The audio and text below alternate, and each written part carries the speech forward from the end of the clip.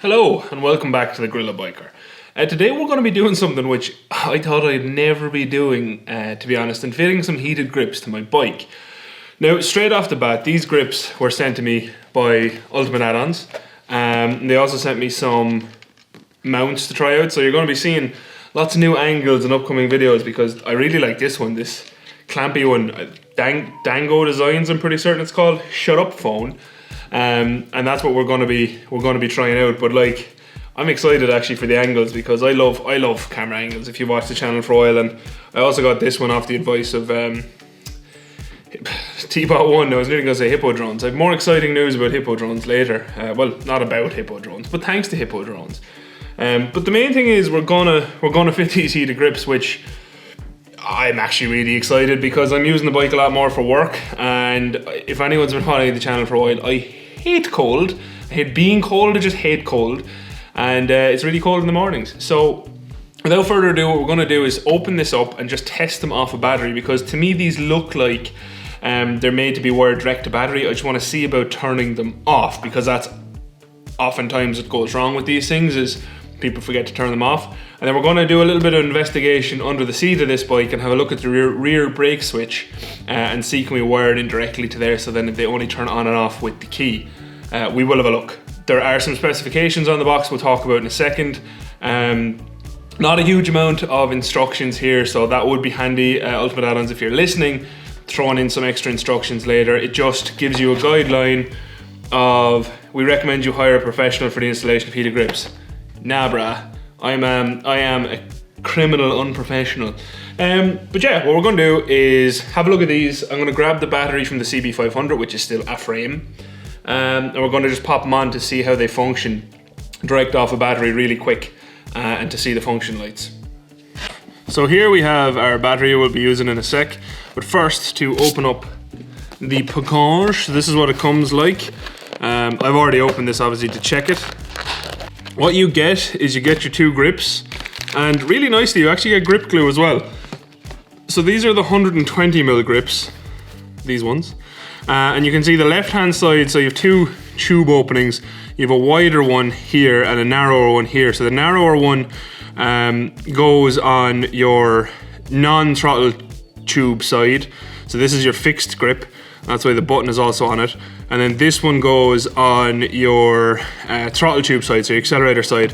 So that's the one that moves. And the reason it's wider is to accommodate your throttle tube. If you don't know what a throttle tube is, stay tuned, you'll see very soon. So then with the battery, all we're gonna do is really quickly connect up the negative terminal and just have a look at how this all works. I hope there's still charge in this battery.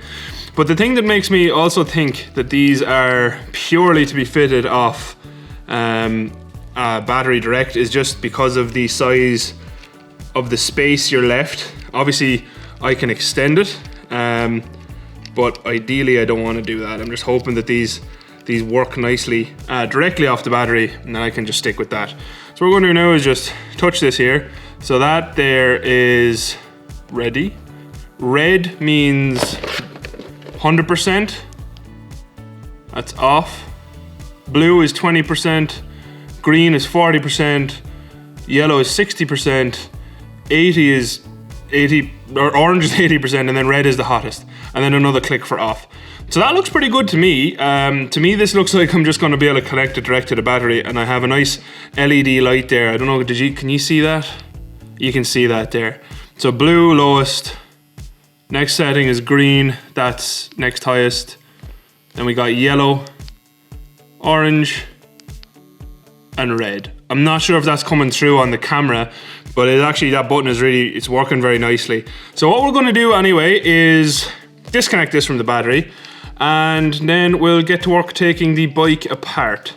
Now, the reason that I am personally going direct to battery on this is, number one, because from my poor grasp of what's on the back of this, and I'm not good at words, so I'm not going to claim that I'm a genius. But it would seem to me that it's to be wired directly to the battery. It even does have actually a low voltage monitor on it. So the CBF1000, if you didn't know, is prone to failing stators. So it'll actually give me a warning if my battery is being eaten up or you know, if I'm sitting at traffic lights and my battery stops charging and these are still pulling, draw on them. So it's going to be interesting to see how it goes. And obviously it's also pretty easy to change off the grip. So that's what we're going to see today, is cable routing, number one, grip installation, number two, and just installing these to the battery, which is very simple. The only thing I will say is this one here, the positive cable, did come without a nice spade connector that was on this one. So I'm really hoping I actually have a connector that works. Otherwise we'll have to figure something out. But ideally again, Ultimateaddons, if you're listening, I don't know is it supposed to be in the box, but it would be good to get a connector also there. Even if people want to cut it off to add it into a switched circuit, then they can. They still have the option. And if you're wondering what I mean by switched circuit, it's quite simple. So what you can do with the CBF1000, Honda's own grips often were done this way, is you can connect it to the constant positive on, say, your rear brake switch or something. So all that means is your rear brake switch has two lines off it. One is only turned on, so say this is your switch, so that's only connected when you press the brake, and the other one is like a constant on circuit as soon as you turn on your key. All that does for you really is it means that every time you turn off the bike, if you forget to switch off your grips, they're no longer pulling any current from the battery. And I'm going to monitor this, and if people want to see it anyway, I can do it in a later video. But if I do see the battery starting to drop, I'll just connect it to that circuit anyway, to have it on the switch circuit. But generally these do like to work direct from the battery, because they just get the correct voltage, and you can see there's lots of little different packs and fuses and stuff already built in to this. So if you end up putting them through another circuit that's obviously through a relay that's getting a lower amperage, it can sometimes mess with them. So to get the best heat and the best function, I'm going to go direct to battery.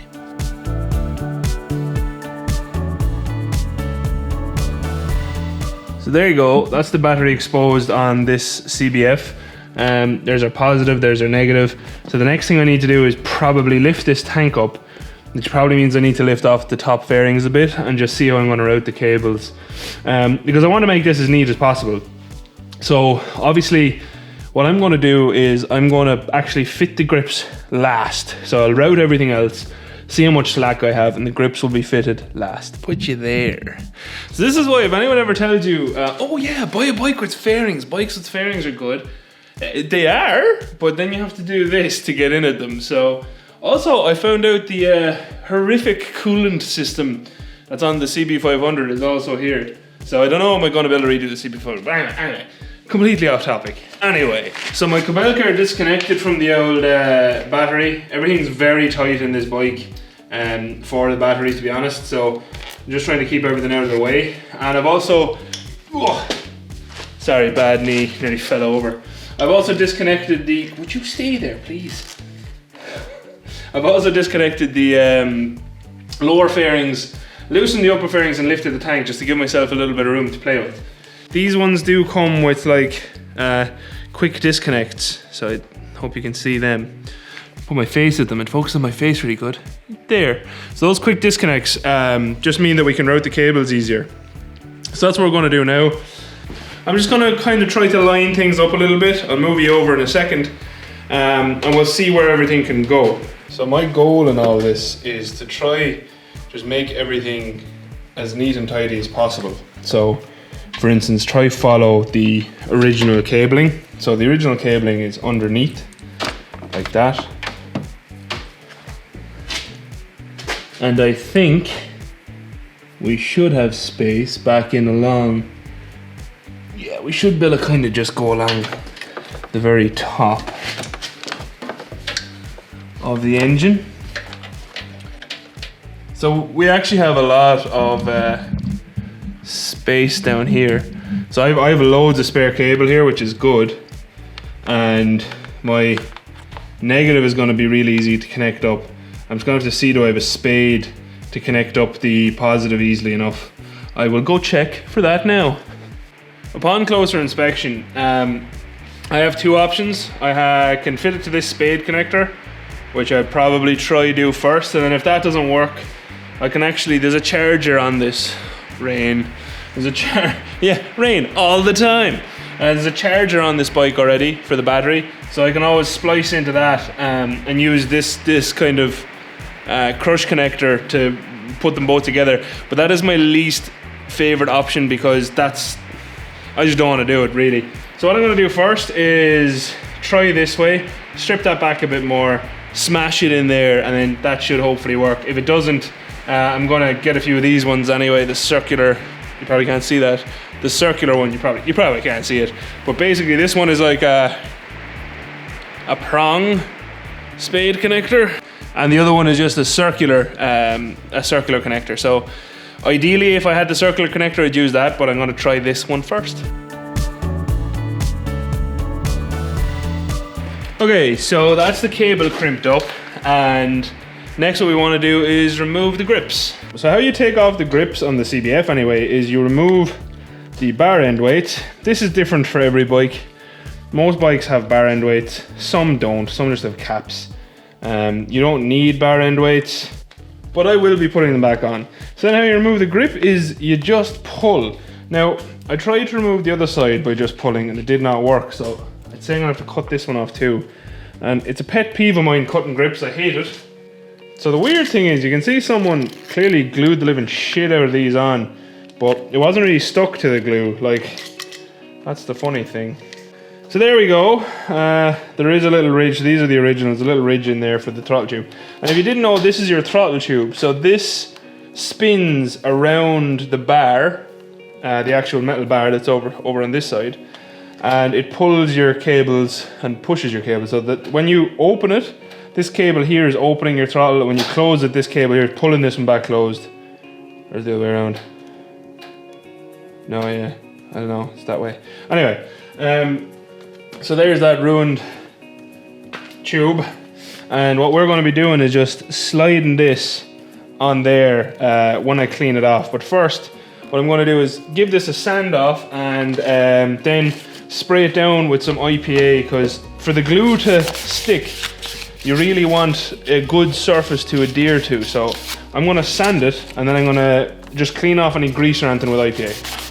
Okay, so we now have a lot of the glue off. I don't know can you see that, but I spent quite a while cleaning it. So next what you want to do is prepare yourself for a bit of pushing, because when you actually put this on, like, it is a tight fit, so you just want to mentally and physically prepare yourself. Like, grips in general are quite tight, but obviously these ones, because of how they're going to be sitting there, they have to be, you know, tighter still. Now, there's a lot of different opinions on grip glue. I don't like to use too much at all. And I have to obviously make sure I leave enough for the other side. But what we're going to do is just, I like to put on like a line. Because once you have a line on, that should be enough. Spread it out a little bit.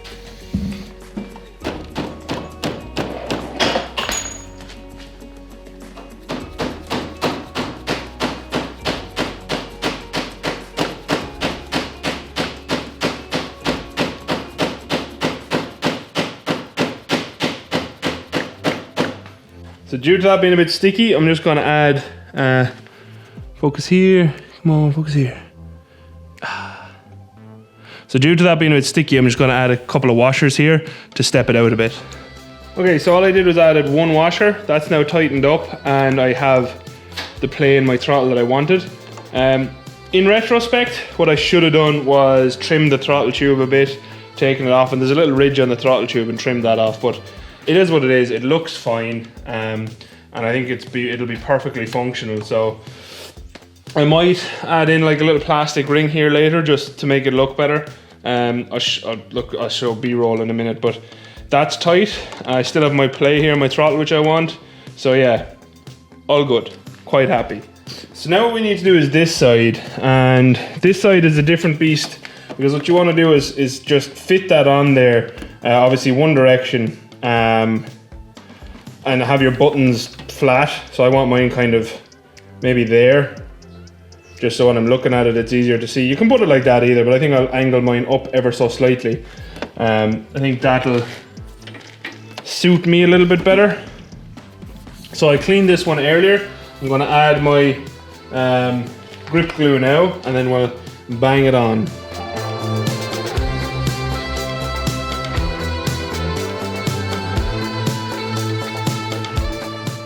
Okay, so my camera died at some point, I'm not sure when, I apologize. But just to show you what I have done is this side we already saw fitted, and I've just added a cable tie here. So what I did was I pinched the wire with my finger, just like that, and I turned the throttle until such time as it felt like it had enough free play. So I went from fully closed, fully open, and just made sure that the cable wasn't snagging anywhere. And then over here, I did the same thing. I just tied it in with the standard cable down, and that now goes down in under the spine of the frame, nice and protected. And I have it hooked up to the battery, and as we can see, it turns on. Yay! Oh my god, the focus. There you go. And then that's the hottest, and back to off. So it's actually like, the system works quite well, and it's really easy to fit. I had an acre of spare cables there and there, and you know, it was quite easy to route on this bike because it was all kind of, I just followed existing cable lines. Obviously I did have to take the bike apart quite a bit. It's like exploded. So what I'm probably going to do is just leave the fairing off and actually change the oil on this now as well, because it's due. Or I might not do that yet, I'm also feeling lazy now. But what I will do is I'll put everything back together, the top end of it, and we'll have a chat about the grips. Okay, so what we're going to do now is just turn these onto the hottest setting to see how fast they heat up. I know the glue probably isn't set yet, but it doesn't really matter. So that was just me fitting these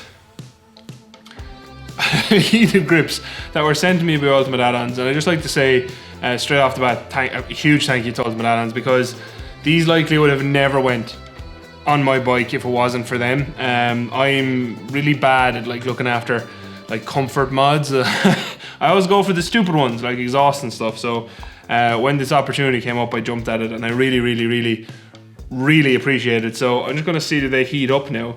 Couple of things.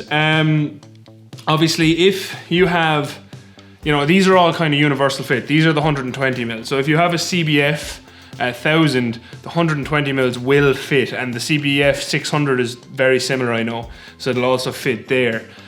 You do have to put one washer on the left-hand side and one washer on the right-hand side to make the stock bar ends fit. Really a minor thing. A bit fiddly getting all the wires fitted, but that's more because of access on the CBF. If you had a naked bike, this would be a hell of a lot easier. Oh, they're already warming up. Nice, that's gonna make my commute to work a lot more pleasant. What else? So I'm not sure how much these actually are. I'll check later and put it on the screen now. But I really like how the control unit is actually built into the grip. You know, it's just a lot neater than some of the other ones I've seen. And all the cabling's really easy, and like the fact that this is off the battery, yes, it can kill your battery, but it makes installation really easy. It's just two cables. I'm an idiot and I could do it, so you know, that was really good too. Oh, they're getting nicely warm already. So I'll be really interested to see. I'm just going to turn them off before the battery goes. So they heat up pretty quick. Like, they're already appreciably warm. Now it's on my bare hands, so it'll be interesting to see how it goes through gloves. What I'll do is in an upcoming video, I'll talk about how good they were or weren't. But yeah, like, taking off grips is easy. Unfortunately, I did have to cut these off. They were very well stuck on there. I think they were stock.